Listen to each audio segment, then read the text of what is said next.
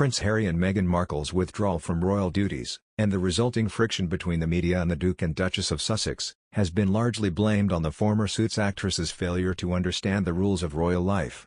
But, says Gus Carter, comment editor of the UK's longest-established weekly magazine The Spectator, it's really Harry that's to blame. Examining the royal family's furious reaction to Amol Rajan's two-part documentary on the Megxit affair, he says that the firm depends on the media to connect it to royal fans. And while Prince William has always played by the established rules of the media game, Harry refused. This, more than anything, he says, explains the Sussexes' departure from Britain. While Meghan felt had enough media experience to cope with the kind of attention she would receive as Duchess of Sussex, Harry refused. Instead, Carter writes in The Spectator this week, the young prince declared a form of war. Certainly there were initial teething troubles when the TV star tried to integrate into the royal family, Carter writes. He notes the problems with Meghan's dad and her sister's eagerness to reveal family secrets to the press, as well as so-called Tiara Gate, where Meghan was reportedly refused permission to use part of the vast royal jewelry collection.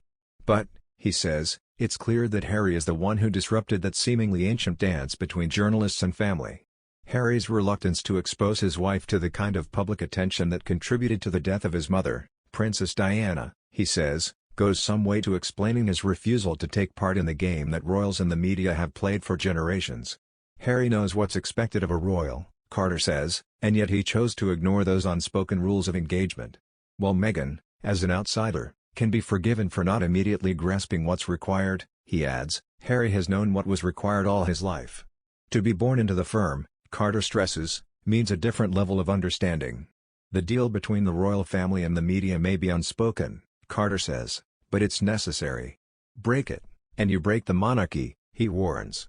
Another news, the princess, 43, who is married to Monaco's sovereign, Prince Albert II, has undergone health difficulties in recent weeks.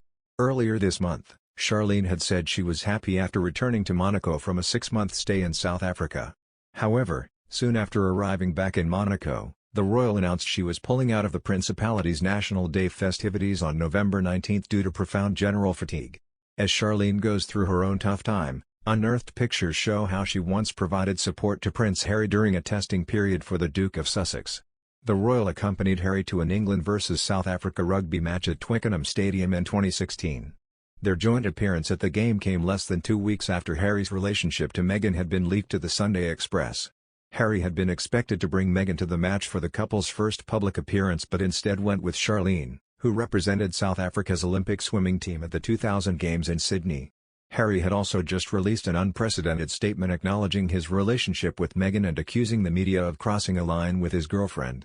A statement put out by Harry's communications chief said he was worried about Meghan's safety. It claimed she had been subjected to a smear on the front page of a national newspaper, the racial undertones of comment pieces, and the outright sexism and racism of social media trolls and web article comments. The statement also claimed that photographers had tried to illegally gain entry to Meghan's home and that newspapers had offered bribes to her ex-boyfriend.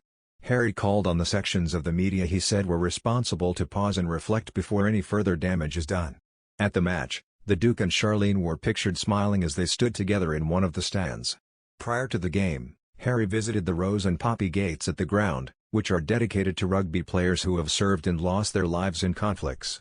He laid a commemorative poppy wreath at the site and also chatted to filmmakers involved in a production about players who fought in World War I.